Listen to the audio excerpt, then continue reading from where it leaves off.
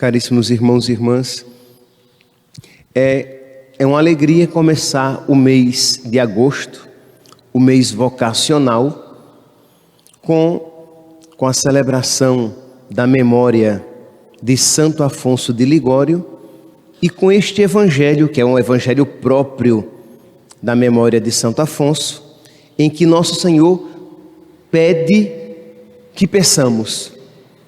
Isto é, ele diz: pedi ao Senhor da messe, pedi, pois, ao dono da messe, que envie trabalhadores para a sua colheita.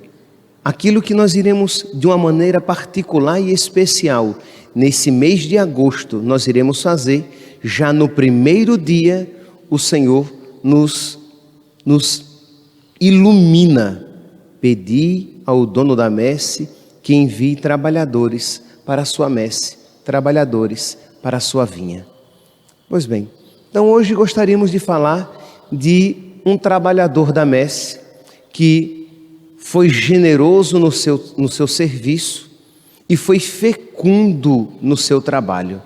Santo Afonso Maria de Ligório, italiano, né, mas nascido então no reino de Nápoles, nascido no dia 27 de setembro de 1696.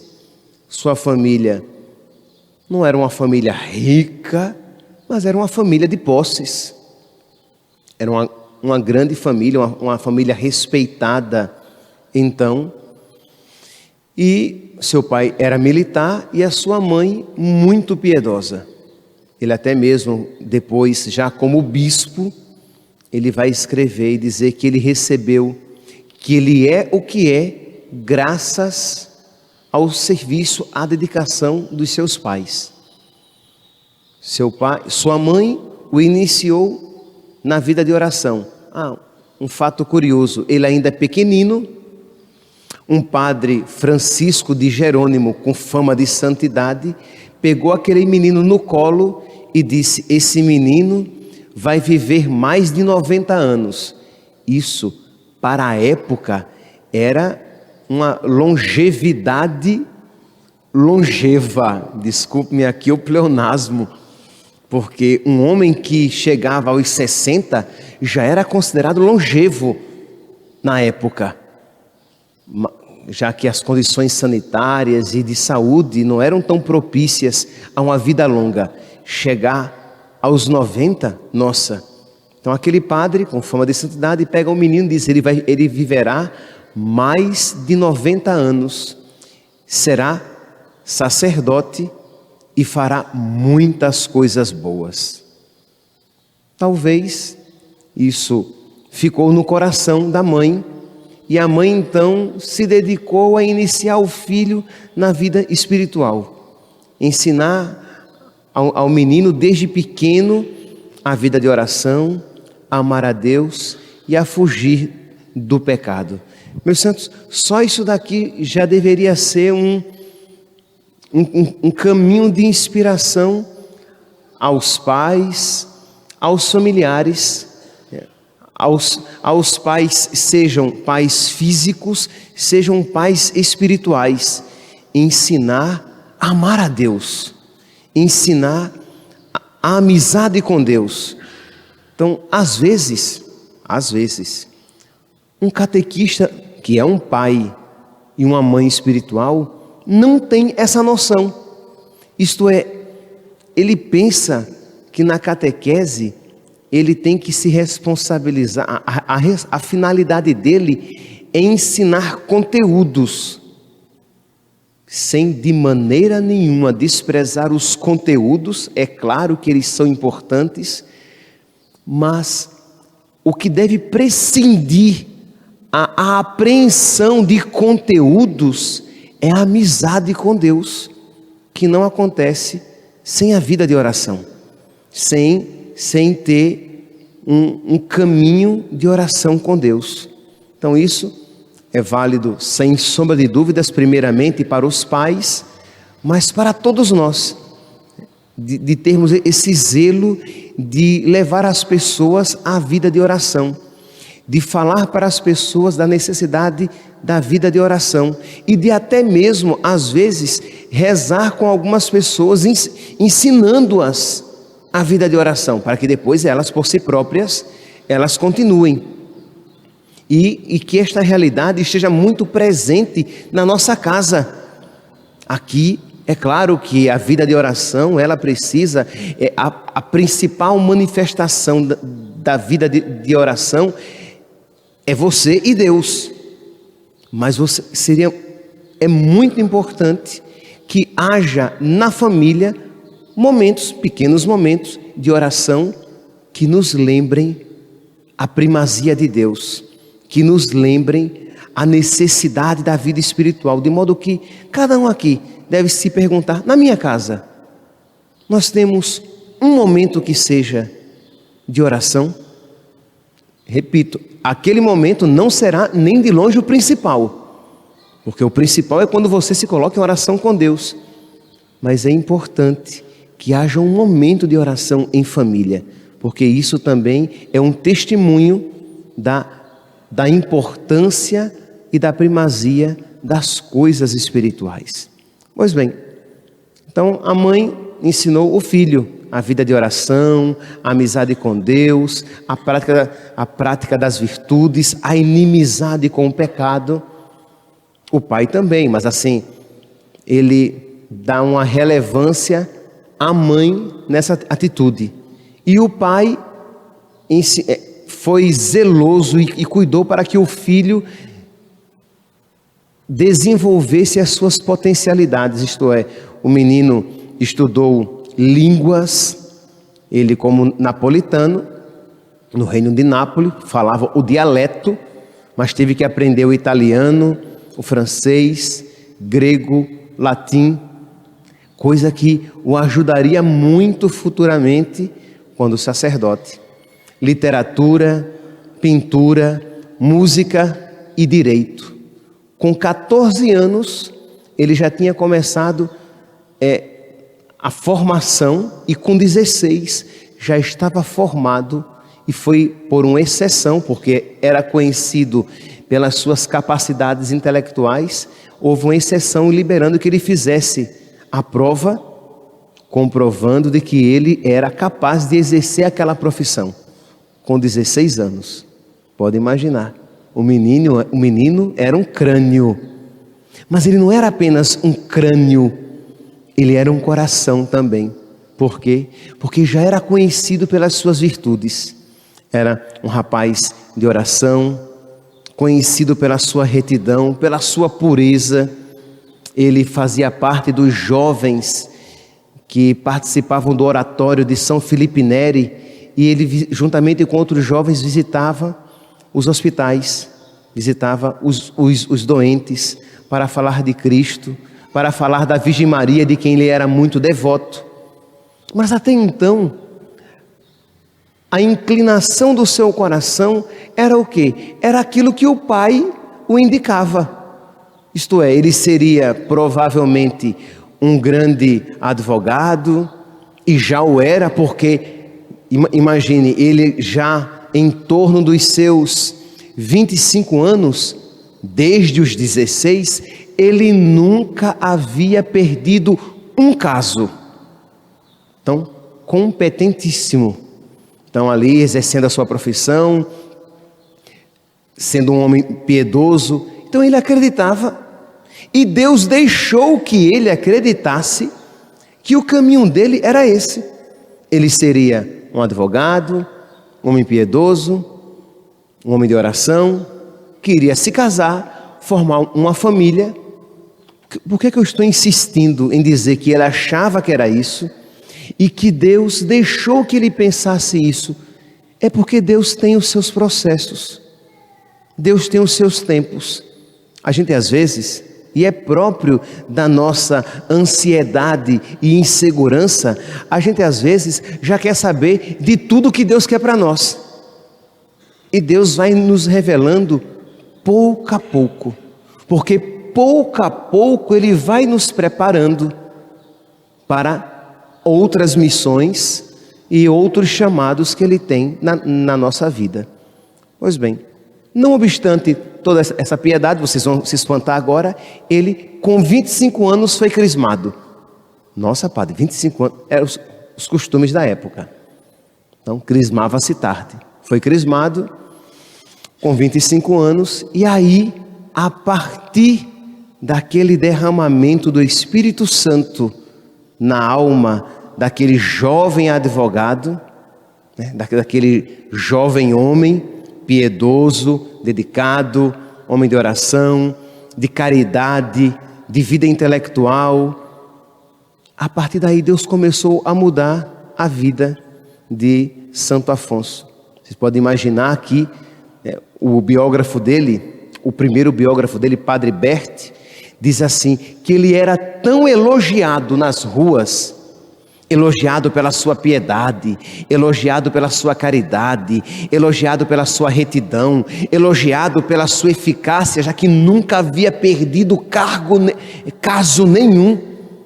Diz que aqueles elogios lhe acariciavam os ouvidos e faziam cócegas no seu coração. Isto é, meus santos, o diabo é o capeta. Isto é, quando o diabo não consegue pegar uma alma pelos vícios baixos, ele tenta pegar pela vaidade, por suas virtudes elevadas. Então, como você é grande, como você é maravilhoso, como você é reto, como você é puro, como você é inteligente, afinal de contas todos reconhecem que você é o melhor advogado e todos querem confiar os casos a você, e aquilo acariciava os ouvidos e fazia cócegas no coração. Não constituía pecado, mas poderia ser uma brecha por meio da qual o diabo entraria naquela alma. Então, ele foi crismado, e nesse período pós-crisma, tudo concorre para o bem dos que amam a Deus, né? Deus começou a mexer naquela vida. Primeiro, quer dizer, não sei se, provavelmente concomitantemente, né? As coisas foram acontecendo. Começou a surgir no coração dele um desejo de uma consagração mais radical a Deus. Pense que os pais já estavam fazendo planos a casá-lo com uma moça da casa principesca, da casa real. Então, quer dizer, ele era um ótimo partido, ele não era um bom partido, ele era um ótimo partido, um homem conhecido por todos. Um homem de relativa vida financeira, social, já que os pais não eram riquíssimos, mas nem de longe eram pobres. Um homem inteligente, respeitado por todos, elogiado por todos, piedoso, misericórdia. Todo mundo queria, sem sombra de dúvida, tê-lo na família. E os pais dele ali programando aquele casamento. E aí começa a surgir no coração dele, de Santo Afonso, um desejo de uma consagração total a Deus, de se entregar totalmente a Deus, de se entregar à caridade. É interessante que não surgiu já de cara o desejo pelo sacerdócio. Mais uma vez aqui nós vemos o que? Deus, embora sejamos apressados, Deus não tem pressa de manifestar aquilo que Ele espera para nós. Por quê? Porque Deus vai fazendo tudo no tempo certo, na hora certa. Então, primeiramente, despertou no coração dele o desejo para uma entrega mais radical, para entregar a sua vida como celibatário. É tanto que primeiramente ele fez o voto de celibatário, depois que ele entra no seminário. Ao mesmo tempo, ele perde um caso. A chaga, né? Crê em Deus Pai, ele nunca havia perdido um caso.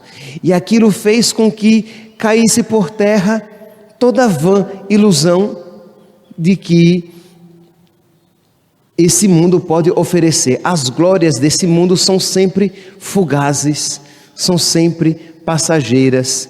as alegrias que esse mundo oferece são sempre tão superficiais. E aquilo também lhe mexeu interiormente ao ponto dele dizer: tribunais, jamais me vereis.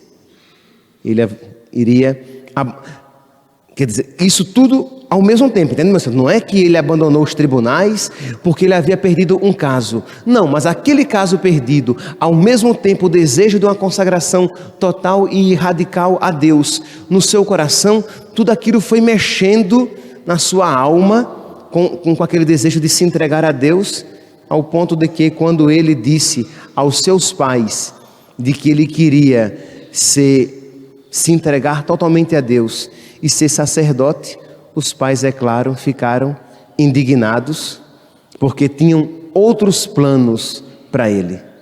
Mas ele entra no seminário, com a sua formação, já era formado em Direito, tinha uma formação vasta em línguas, em literatura, em arte, ele já recebeu as ordens menores, e com 30 anos, então nós temos aqui um período de 4 a 5 anos, com 30 anos ele foi ordenado sacerdote, e ele queria, e aí sim, ele tinha a possibilidade de ser padre na cidade, e aí com os confortos que na época isto oferecia, mas ele queria ser padre missionário, nos interiores, nos lugares pobres, naqueles lugares para os quais ninguém queria ir, porque ele queria entregar a sua vida totalmente a Cristo. Porque, sim, esqueci. Porque quando foi que se deu o chamado ao sacerdócio, a clareza de que Deus o chamava ao sacerdócio? Lembra que ele costumava visitar o hospital e os doentes? Pois bem, em uma dessas visitas, já acalentando o desejo no seu coração de se consagrar totalmente a Deus, e já com a decisão tomada de que tribunais, jamais me vereis, ele, uma vez visitando os doentes, ele percebeu uma grande luz interior, uma voz interior, isto é, uma clareza interna de um chamado de Deus: consagra-te totalmente a mim, entrega-te totalmente a mim. E ele não compreendia ainda claramente em que consistia aquilo, porque afinal de contas, ele já nutria o desejo de ser celibatário. Ele ia abandonar os tribunais. Ele já estava se dedicando à caridade e à vida de oração. Mas o que é que Deus queria mais então? Quando Deus pede: eu quero que você se entregue totalmente a mim. Volto aqui, meus santos, a este ponto que é importante na nossa vida espiritual. Deus, Ele vai trabalhando conosco gradativamente. Pode ser que aquilo que Deus pediu até hoje não seja mais suficiente, e você precisa estar dócil para dar o próximo passo e oferecer a Deus amanhã aquilo que só amanhã Ele vai pedir. Você vai dizer: mas padre, mas por que Ele não me pediu já tudo isso de uma vez? Ele sabe. Talvez, se Ele pedisse de uma vez, você fugisse dele. Talvez você se envaidecesse com o próprio chamado. Uma coisa é certa: Deus vai manifestando a sua vontade e o seu chamado gradativamente. E foi ali no hospital que Deus falou aquilo ao coração, e ele ficou tão perturbado de não compreender ainda o que é que Deus queria dele, que ele corre para a igreja mais próxima do hospital, que era a igreja de Nossa Senhora das Mercês, e se ajoelha diante de uma imagem de Nossa Senhora e pede a ela que alcance as luzes necessárias para que ele compreenda, para que ele saiba qual a vontade de Deus e a força para cumpri-la. Não apenas saber, mas saber o que Deus quer de mim e a força para que eu possa fazer aquilo que Deus quer de mim. Aí sim, ali aos pés da imagem de Nossa Senhora das Mercês, ele adquire as luzes e a força necessária. Aí é quando ele entra no seminário, se torna padre missionário, e A segunda parte dessa homilia vocês vão ouvir numa próxima missa, porque a vida do homem é longa. Eu cheguei apenas aqui ao sacerdócio, ele virou bispo, fundou ordem religiosa. Então, numa próxima oportunidade, espero que seja bem breve, nós celebraremos uma missa votiva de Santo Afonso e veremos a segunda parte. Mas esta primeira parte, meus santos, já deve servir de inspiração espiritual na nossa vida. Docilidade à vontade de Deus, vida de oração para que eu cresça na amizade com nosso Senhor, paciência com Deus que vai, sim, paciência com Deus, que vai pouco a pouco revelando a vontade dEle para a nossa vida, o que é que Ele quer de cada um de nós, e profunda confiança na intercessão da Virgem Maria, para que ela nos alcance as graças de que precisamos, para que façamos a vontade de Deus e a façamos com todo o coração. Louvado seja nosso Senhor Jesus Cristo.